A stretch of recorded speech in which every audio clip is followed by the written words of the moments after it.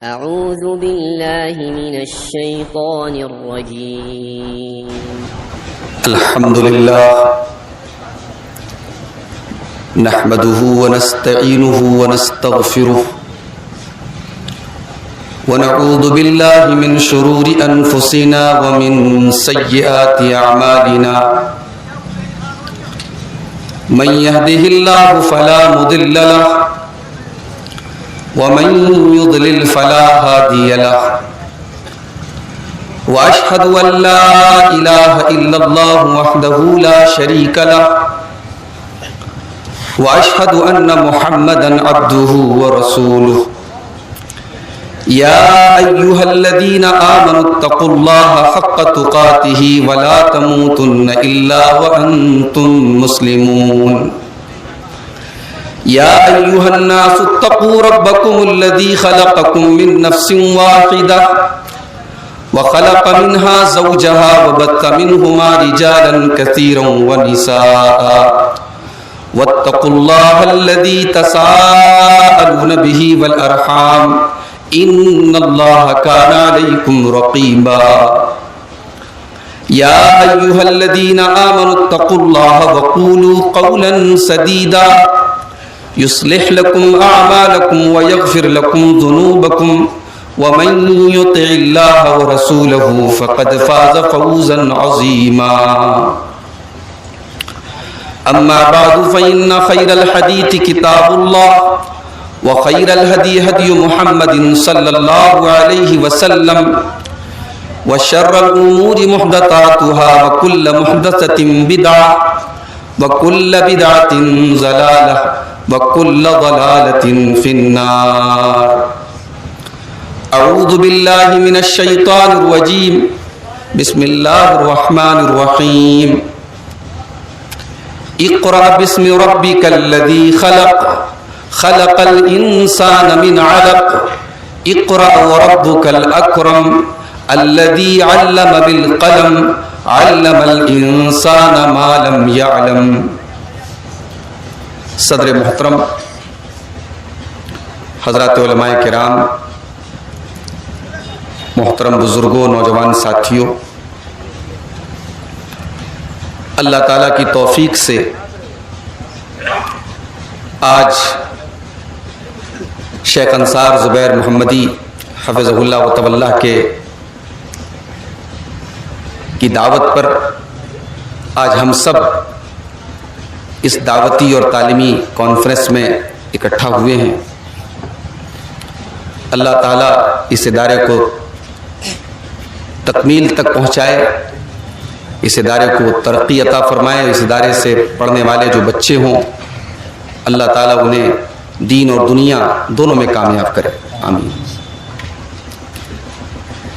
مجھے جو عنوان دیا گیا ہے ذمہ داروں کی طرف سے،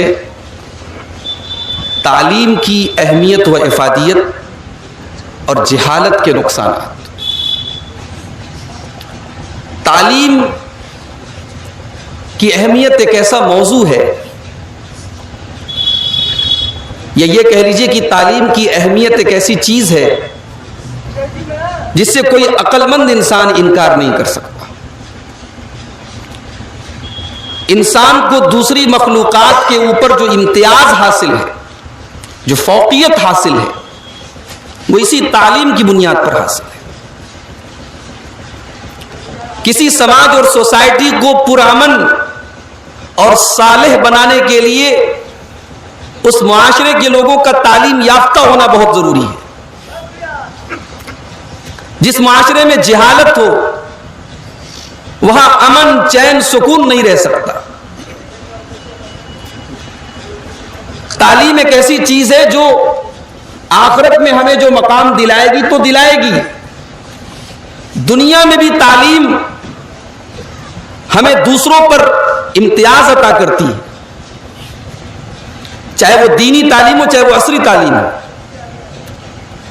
نماز کا وقت ہے، مسجد میں آپ موجود ہیں، ایک کروڑ پتی آدمی بھی بیٹھا ہوا ہے مسجد میں، محلے کا، گاؤں کا سب سے بڑا زمیندار بھی بیٹھا ہوا ہے، لیکن نماز کا وقت آیا تو مصلی پر امامت کے لیے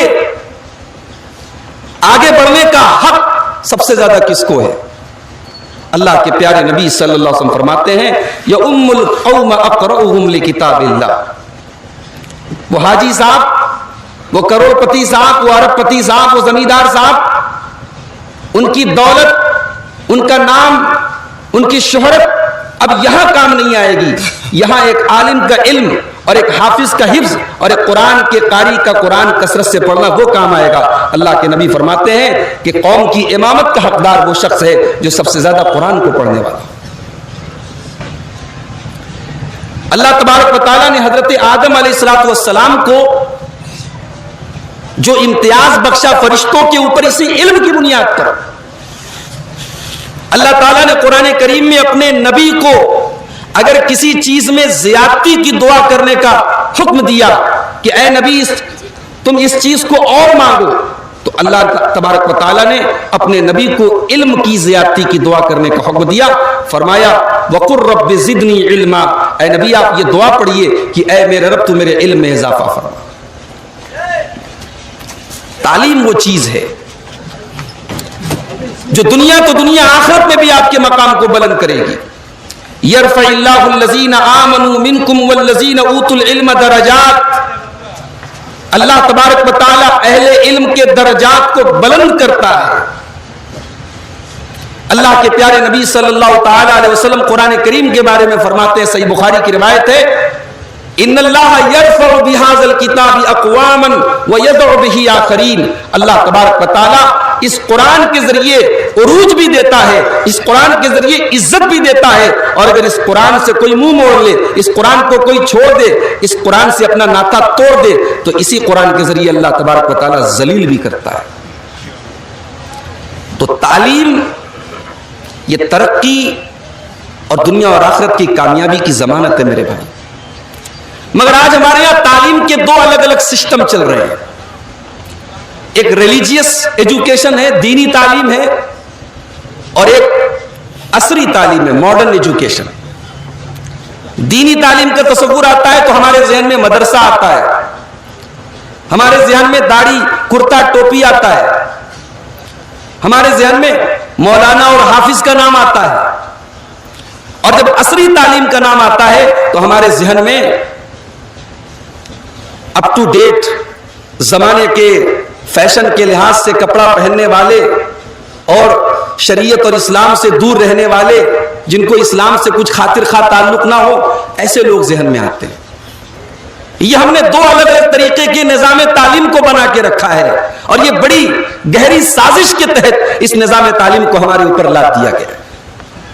ہمارے یہاں دینی تعلیم کا مطلب کہ عصری تعلیم سے کوئی مطلب نہیں، اور عصری تعلیم کا مطلب کہ دینی تعلیم سے کوئی مطلب نہیں۔ اللہ کے نبی کے دور سے لے کر کے، صحابہ کے دور سے لے کر کے، سلف صالحین کی پوری تاریخ آپ اٹھائیں، ہمارے اسلاف کی تاریخ میں ایک شخص علم حدیث کا ماہر ہے، ایک شخص علم تفسیر کا ماہر ہے، ایک شخص علم فقہ کا ماہر ہے، ایک شخص علم ریاضی کا ماہر ہے، ایک شخص علم فلسفہ کا ماہر ہے۔ اس دور کے جو علوم تھے، اس دور کی جو نالج تھی، اس کو وہ گین کرتے تھے، مگر جو دین کا بیسک علم ہوتا تھا، جو دین کی بنیادی تعلیم ہوتی تھی، اللہ کے بارے میں، ایمان کے بارے میں، اسلام کے بارے میں، شریعت کے بارے میں جو ضروری باتیں جاننے کی چیزیں تھی، وہ علم ریاضی کا ماہر بھی جانتا تھا، وہ علم فلسفہ کا ماہر بھی جانتا تھا، وہ اپنے دور کے دنیاوی علوم کو حاصل کرنے والا بھی دین کی اتنی نالج رکھتا تھا جو ہر مسلمان کے لیے ضروری ہے۔ اسلام نے ہمیں قطعاً یہ حکم نہیں دیا ہے کہ ہم دنیاوی تعلیم حاصل کریں اور اپنے دین کی بیسک نالج سے ہم نابلد رہیں۔ اللہ تعالیٰ نے ایسے لوگوں پر تنقید کی ہے۔ قرآن کریم میں اللہ تعالیٰ نے فرمایا یعلمون ظاہرا من الحیات الدنیا وہم عن الآخرۃ ہم غافلون، میرے کچھ بندے ایسے ہیں جو دنیا کی زندگی کی تو نالج رکھتے ہیں لیکن آخرت سے غافل ہیں۔ آج اسکول اور کالج کا پروردہ ہماری قوم کا بچہ ایک اچھا انجینئر تو بن رہا ہے، ایک اچھا ڈاکٹر تو بن رہا ہے، ایک اچھا وکیل تو بن رہا ہے، مگر اسے اللہ کے بارے میں کچھ نہیں پتا، اسے رسول کے بارے میں کچھ نہیں پتا، وہ آخرت سے غافل ہے، وہ آخرت سے بے خبر ہے۔ اللہ تعالیٰ نے اس کو غلط قرار دیا ہے۔ آپ دنیا کا علم حاصل کریں، اس کا یہ مطلب کہاں ہے کہ آپ اللہ کو بھول جائیں۔ اکبر الہ آبادی نے بڑی اچھی بات کہی تھی، کہا تھا تم شوق سے کالج میں پڑھو، چرخ پہ جھولو، تم شوق سے کالج میں پڑھو، پارک میں پھولو، جائز غباروں میں اڑو، چرخ پہ جھولو، بس ایک سخن بندے عاجز کا رہے یار، اللہ کو اور اپنی حقیقت کو نہ بھولو۔ میرے بھائیوں، اللہ تبارک و تعالیٰ کیا، اگر آپ نے سائنس کا علم حاصل نہیں کیا تو گرفت نہیں ہوگی، آپ نے میتھمیٹکس کا علم حاصل نہیں کیا تو پکڑ نہیں ہوگی، آپ نے انگریزی کی تعلیم حاصل نہیں کی تو پکڑ نہیں ہوگی، لیکن اگر آپ نے اپنے خالق کو نہیں پہچانا، آپ نے اپنے رب کو نہیں پہچانا، آپ نے اپنے رسول کو نہیں پہچانا، آپ نے ایمان اور اسلام کو نہیں سیکھا تو اللہ تعالیٰ کی آپ کی پکڑ ہوگی۔ تو دین کا وہ علم جو بیسک علم ہے، دین کا وہ علم جو ضروری ہے، جو فرض عین ہے، وہ صرف مدرسے میں پڑھنے والے طلبہ کے لیے ضروری نہیں ہے، وہ اسکول اور کالج میں پڑھنے والے اسٹوڈنٹس کے لیے بھی ضروری ہے۔ تو ہمارے یہاں جو یہ دو نظام تعلیم ہے، عصری تعلیم اور دینی تعلیم، یہ دونوں نظام تعلیم ایک انتہا ہے۔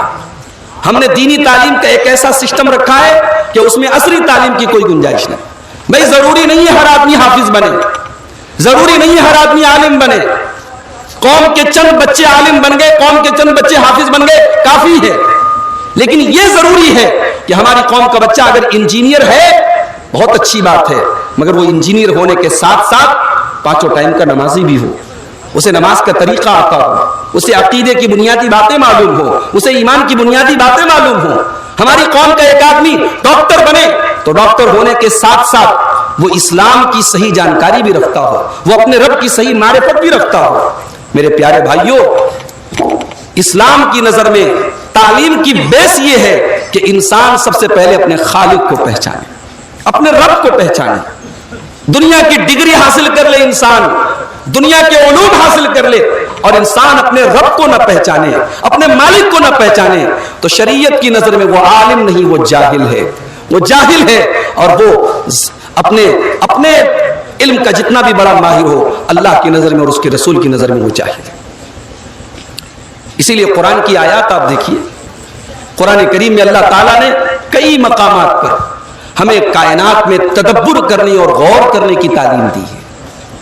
بھئی آج سائنس وغیرہ کے جو علوم ہیں وہ اس کائنات میں تدبر اور تفکر اور غور کرنے ہی کی تو دعوت دیتے ہیں، یہ دعوت تو قرآن بھی دے رہا ہے، مگر قرآن یہ کہہ رہا ہے کہ آپ اس کائنات میں جب تدبر کریں گے، غور کریں گے، تو آپ اپنے مالک کو پہچانیں گے، اپنے رب کو پہچانیں گے۔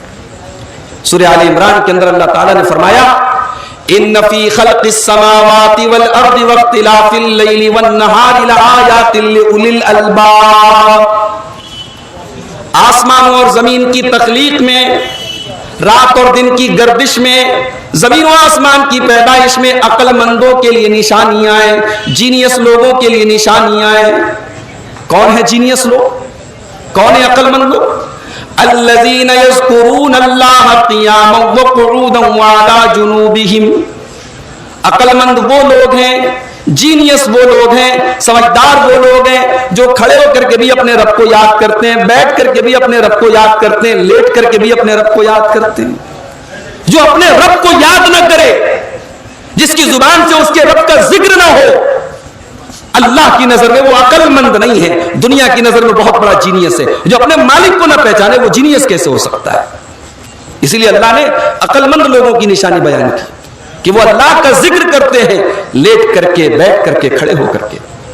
وَيَتَفَكَّرُونَ فِي خَلْقِ السَّمَاوَاتِ وَالْأَرْضِ رَبَّنَا مَا خَلَقْتَ هَذَا بَاطِلًا سُبْحَانَكَ فَقِنَا عَذَابَ النَّارِ۔ اور اللہ نے کہا کہ عقل مند لوگ جو ہوتے ہیں وہ زمین و آسمان کے اوپر غور کرتے ہیں، وہ کائنات کے اوپر غور کرتے ہیں۔ آج کے دور کے حساب سے ہم کہہ سکتے ہیں وہ علم سائنس کا مطالعہ کرتے ہیں، وہ علم جغرافیہ کا مطالعہ کرتے ہیں، وہ اللہ کی زمین پر غور کرتے ہیں، وہ اللہ کے آسمان پر غور کرتے ہیں، وہ اللہ کے پہاڑوں پر غور کرتے ہیں۔ اور جب غور کرتے ہیں، یہ علوم حاصل کرتے ہیں، وہ ایک سائنٹسٹ بنتے ہیں، وہ ایک علم جغرافیہ کے ماہر بنتے ہیں۔ وہ جب ان علوم کے ماہر بنتے ہیں تو اس کے بعد وہ اس نتیجے پر پہنچتے ہیں ربنا ما خلقت ھذا باطلا، اے ہمارے رب تو نے اس کائنات کو بیکار نہیں بنایا، اس کائنات کے پیدا کرنے کا ایک مقصد ہے، ایک پلان ہے، اے اللہ تو نے ایک مقصد کے تحت ہمیں پیدا کیا ہے، سبحانک فقنا عذاب النار، اے اللہ تو پاک ہے، تو اس بات سے پاک ہے کہ تیرے ساتھ شرک کیا جائے، تیری عبادت میں کسی اور کو شریک کیا جائے، اے اللہ ہم نے تیری توحید کو پہچان لیا، اس لیے تو ہمیں جہنم کے عذاب سے بچا دے۔ تو اسلام کی نظر میں تعلیم کی بیس یہ ہوتی ہے میرے بھائی۔ آج افسوس کی بات ہے ہم مسلمانوں کی حالت تو یہ ہے کہ دھوبی کا کتا نہ گھر کا نہ گھاٹ کا۔ ہم عصری تعلیم اور دینی تعلیم کی اس تقسیم میں ہم نہ ادھر کے ہیں نہ ادھر کے ہیں۔ بھئی لوگ یہ سمجھتے ہیں مسلمان، غیر مسلموں کے ذہن میں یہ چلتا ہے کہ مسلمان ڈاکٹر نہیں بن رہا ہے، مسلمان انجینئر نہیں بن رہا ہے، مسلمان دنیاوی علوم میں آگے نہیں ہے تو مسلمان مدرسے میں پڑھتا ہوگا۔ کتنے پرسنٹ بچے مسلمانوں کے مدرسے میں پڑھتے ہیں؟ سچر کمیشن کی رپورٹ نے بتایا تھا کہ مسلمانوں میں جو پڑھنے والے بچے ہیں ان پڑھنے والے بچوں میں بھی صرف 5% بچے مدرسے میں پڑھتے ہیں، اور ان 5% میں بھی ایک بڑی تعداد ایسے بچوں کی ہے جو پرائمری کی تعلیم حاصل کرنے کے بعد پڑھائی چھوڑ دیتی ہے۔ آج ہماری قوم اس ملک میں ہر میدان میں پیچھے کیوں ہے میرے بھائی؟ کیونکہ ہم تعلیم میں پیچھے ہیں، ہم تعلیم میں پیچھے ہیں، اور تعلیم میں ہم دونوں تعلیم میں پیچھے ہیں، نہ ہمارے پاس دینی تعلیم ہے نہ دنیاوی تعلیم ہے۔ اسلام کی نظر میں تعلیم کیسی ہونی چاہیے اس کا اندازہ قرآن کریم کی ان 5 آیتوں سے لگائیے جو اللہ کے پیارے نبی جناب محمد الرسول اللہ صلی اللہ علیہ وسلم کے اوپر سب سے پہلے نازل ہوئی۔ بڑی عجیب بات ہے، قرآن کی پہلی 5 آیتیں نماز کا حکم لے کر کے نازل نہیں ہوئی، قرآن کی پہلی 5 آیتیں توحید کا حکم لے کر کے نازل نہیں ہوئی، قرآن کی پہلی 5 آیتوں میں اللہ نے پڑھنے کا حکم دیا، تعلیم کا ذکر کیا، فرمایا اقرا بسم ربک الذی خلق خلق الانسان من علق اقرا وربک الاکرم الذی علم بالقلم علم الانسان ما لم یعلم۔ پڑھو اپنے رب کے نام سے۔ اسلام کی فلسفی آف ایجوکیشن قرآن کریم کی اس ایک آیت میں آ جاتی ہے۔ قرآن اسلام کی نظر میں ایجوکیشن کی اسٹارٹنگ ہونی چاہیے بسم ربک سے، پڑھو اپنے رب کے نام سے۔ پڑھنے سے منع نہیں کیا گیا، لیکن وہ پڑھائی جو آپ کو آپ کے رب سے دور کر دے، جو اللہ سے دور کر دے، جو توحید سے دور کر دے، اسلام کی نظر میں وہ پڑھائی فتنہ ہے، وہ پڑھائی آپ کے لیے وبال ہے۔ اقرا بسم ربک الذی خلق، پڑھو اپنے رب کے نام سے جس نے تمہیں پیدا کیا۔ کیسے پیدا کیا؟ خلق الانسان من علق، اس نے انسان کو جمے ہوئے خون سے پیدا کیا۔ اقرا وربک الاکرم، پڑھو تمہارا رب بہت کریم ہے۔ الذی علم بالقلم، اس نے قلم کے ذریعے تعلیم دی۔ علماء کہتے ہیں قلم کا جو لفظ ہے یہ بڑی اہمیت رکھتا ہے۔ قیامت کی نشانیوں میں سے ایک نشانی اللہ کے نبی نے یہ بھی بیان فرمائی، ظہور القلم، قلم کی طاقت کا لوہا مانا جائے گا۔ بھئی قلم کا مطلب صرف وہ قلم نہیں ہے جس سے ہم کاغذ پہ لکھتے ہیں۔ آج موبائل پر جو انٹرنیٹ کی جو انفارمیشن ٹیکنالوجی ہے یہ بھی قلم میں آ جائے گی۔ آج میڈیا کا جو رول ہے سماج کو بنانے اور بگاڑنے میں، حکومتوں کو بنانے اور بگاڑنے میں، وہ بھی قلم کی طاقت ہے میرے بھائی۔ آج ہم اور آپ جب یہ شکایت کرتے ہیں کہ صاحب ہمارے ملک کا میڈیا بک گیا ہے، ہمارے ملک میں اچھے میڈیا والے نہیں ہیں، ایماندار صحافی نہیں ہیں، آپ کیا کر رہے ہیں؟ جرنلزم کا باقاعدہ کورس ہے، آج ہمارے کتنے نوجوان بچے اس کورس کو حاصل کر رہے ہیں، اس کورس کو سیکھ رہے ہیں۔ میرے بھائیوں یہ بات یاد رکھیے کہ تعلیم کا کوئی سبسٹیٹیوٹ نہیں ہے، تعلیم کا کوئی متبادل نہیں ہے۔ آپ اس ملک میں نہیں پوری دنیا میں تعلیم کے بدولت ہی ترقی کر سکتے ہیں، کوئی سیکنڈ آپشن نہیں ہے۔ اگر آپ چاہتے ہیں کہ آپ کے اس ملک میں اچھے پترکار، اچھے جرنلسٹ، اچھے صحافی بنے تو آپ کو جرنلزم سیکھنا پڑے گا۔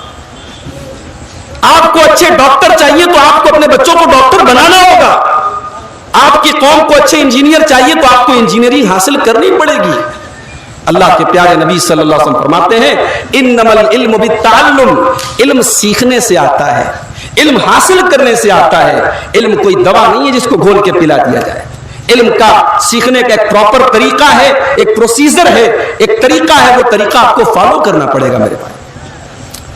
صبح 4 بجے آپ اعظم گڑھ کے مین روڈ پہ چلے جائیں.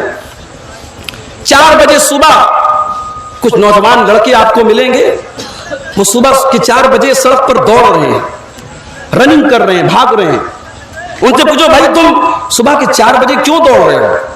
دنیا آرام کر رہی ہے, مسلمان رات میں مرغا کھا کے آرام سے سو رہا ہے, تم کو کیا پڑی ہے تم صبح 4 بجے دوڑ لگا رہے ہو؟ تو وہ نوجوان لڑکے آپ کو جواب دیں گے کہ ہم آرمی جوائن کرنا چاہتے ہیں, ہم پولیس میں بھرتی ہونا چاہتے ہیں, ہم اس لیے صبح کے 4 بجے دوڑ رہے ہیں. ان کی زندگی کا ایک ٹارگٹ ہے, ان کی زندگی کا ایک مقصد ہے, اور اس مقصد نے جب دنیا اپنے بستروں پر آرام کر رہی تھی, اس مقصد نے انہیں صبح کے 4 بجے اپنے بستر کو چھوڑنے پر مجبور کر دیا. میرے بھائیوں, ہم تعلیم کے میدان میں محنت نہ کریں, کوشش نہ کریں, اچھے تعلیمی ادارے قائم نہ کریں, اچھے اسکول قائم نہ کریں, اور اس کے بعد ہم رونا روئیں کہ اس ملک میں ہماری حالت بڑی خراب ہے. رونا رونے سے کوئی فائدہ نہیں. ہمیں کچھ ٹارگٹ بنانا پڑے گا. اور آج یہ جامعہ اسلامیہ قرطبہ, اس طریقے کے ادارے آپ دیکھیں, لڑکیوں کی دینی تعلیم کے ادارے آج ہمارے علاقوں میں گنتی کے ادارے ہیں. بنارس, مئو, اعظم گڑھ, یہ پورا مسلم آبادی کا ایک بڑا بیلٹ ہے, لیکن آج ہماری قوم کی بچیوں کے لیے نہ ڈھنگ کے عصری ادارے ہیں, نہ ڈھنگ کے دینی تعلیم کے ادارے ہیں. یہ افسوس کی بات نہیں ہے. آج ہم شکایت کرتے ہیں کہ آج تعلیمی اداروں میں ہماری بہنوں کو حجاب میں جانے سے منع کر دیا گیا, پابندی لگا دی گئی, قانون عدالتوں سے فیصلے آ گئے.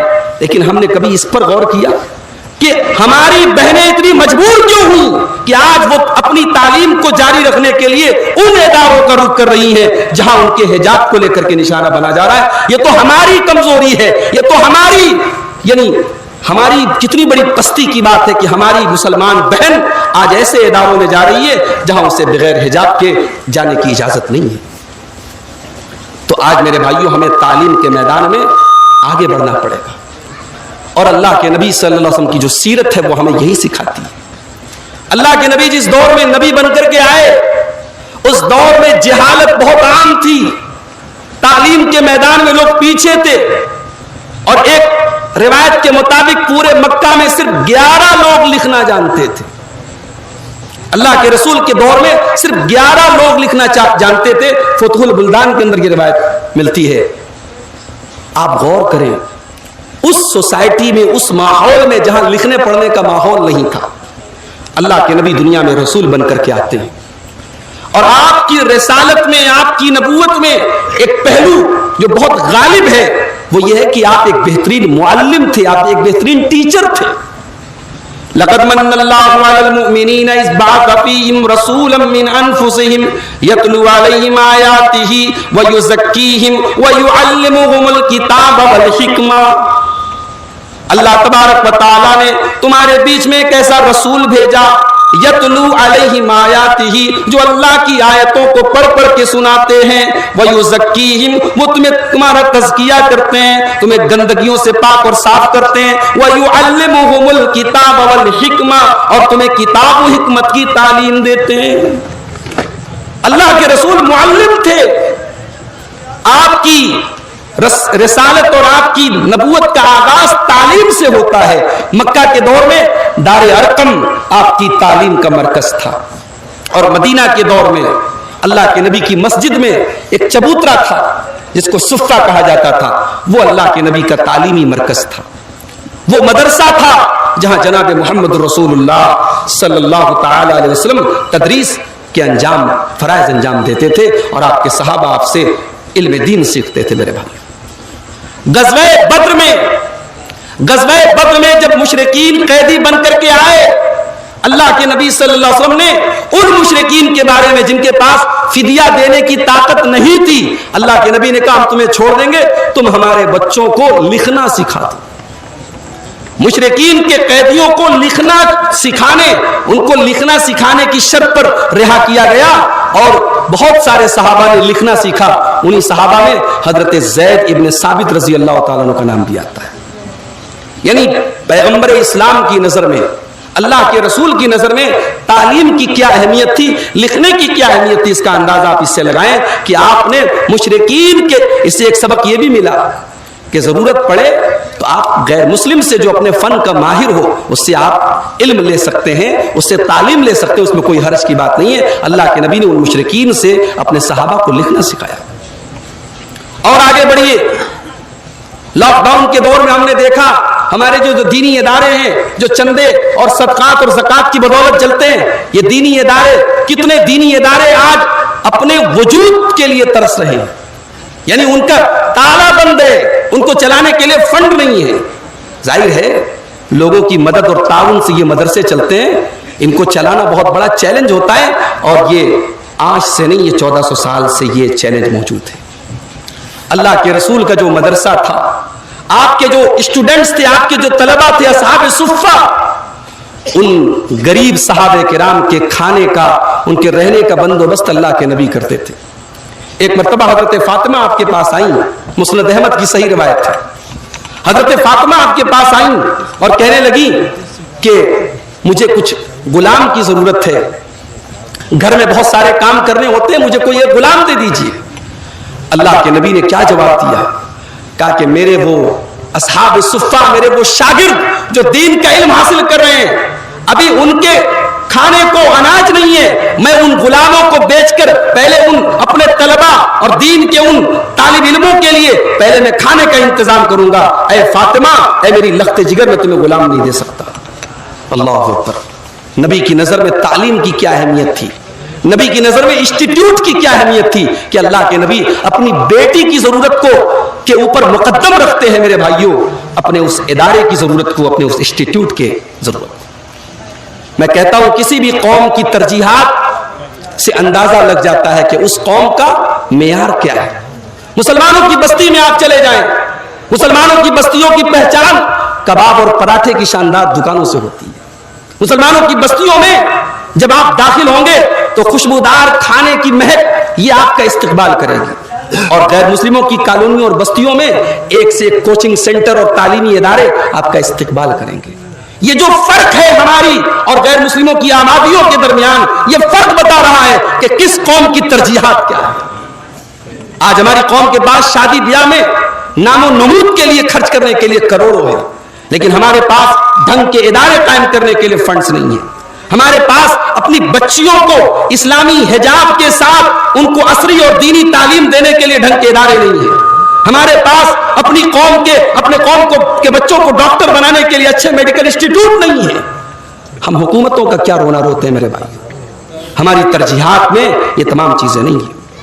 تو تعلیم کی اہمیت, اور موضوع کا دوسرا جو ہمارا پہلو تھا, جہالت کے نقصانات. مسلمانوں میں فرقہ پرستی کیوں ہے؟ جہالت ہے.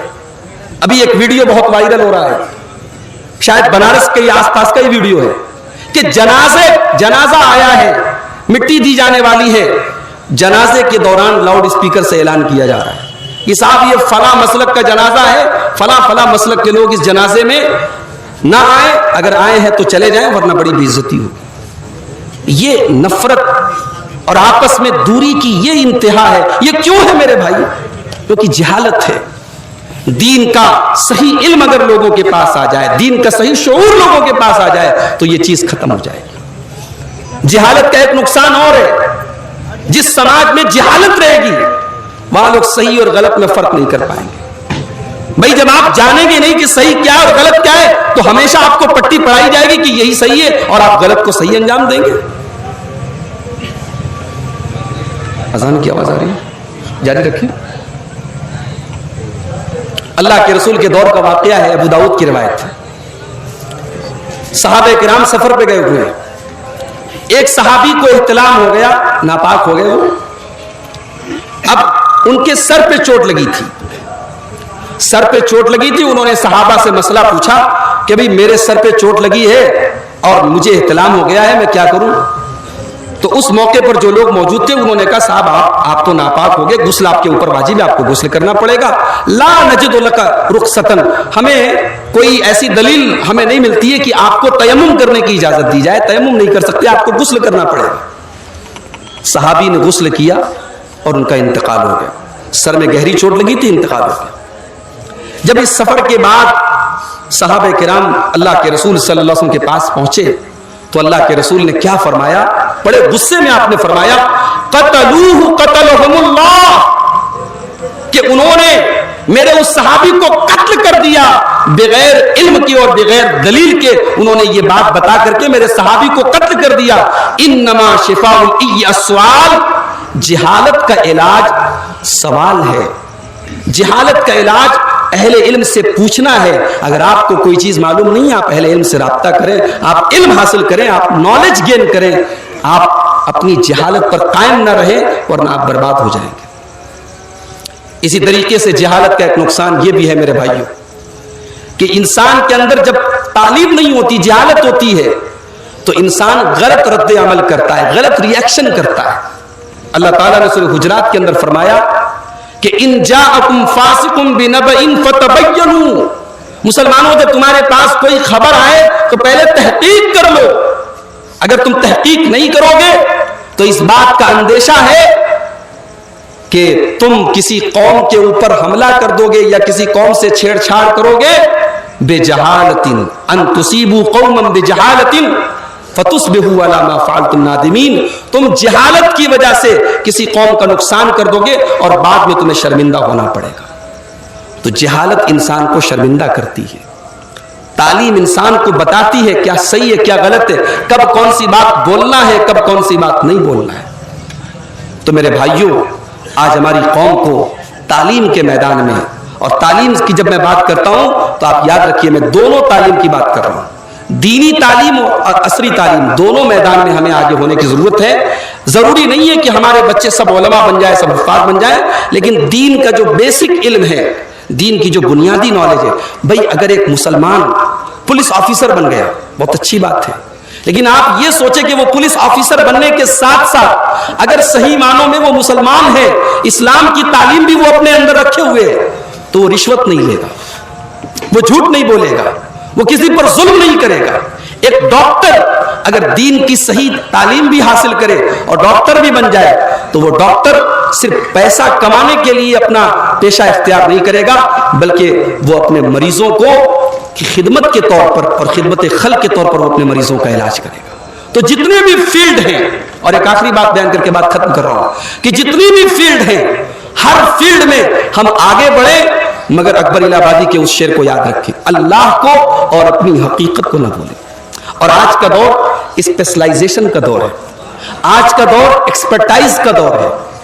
آج کے دور میں ہمیں دل کی بیماری ہوتی ہے، ہم دل کے ڈاکٹر کے پاس جاتے ہیں، ہم کارڈیولوجسٹ کے پاس جاتے ہیں۔ ہمیں نس کی کوئی بیماری ہے، ہم نیورولوجسٹ کے پاس جاتے ہیں۔ ہم ہر میدان میں ایکسپرٹ سے رابطہ قائم کرتے ہیں۔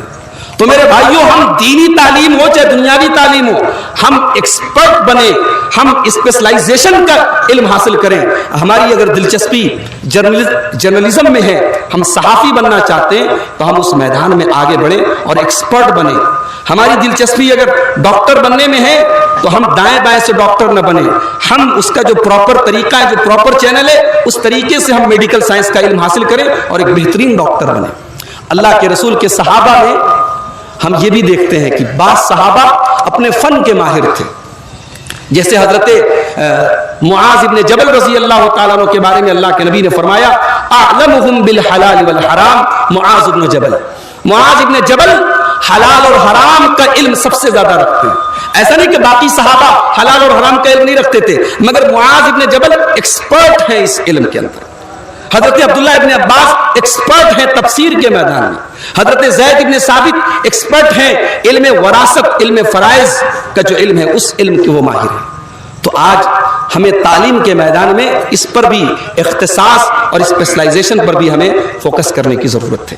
تو تعلیم کی اہمیت اور جہالت کے نقصانات کے تعلق سے یہ مختصر سی گفتگو تھی۔ اللہ تعالیٰ سے دعا ہے رب العالمین ہمیں تعلیم کے میدان میں آگے بڑھنے کی توفیق دے، تعلیم کو اپنی ترجیح بنانے کی۔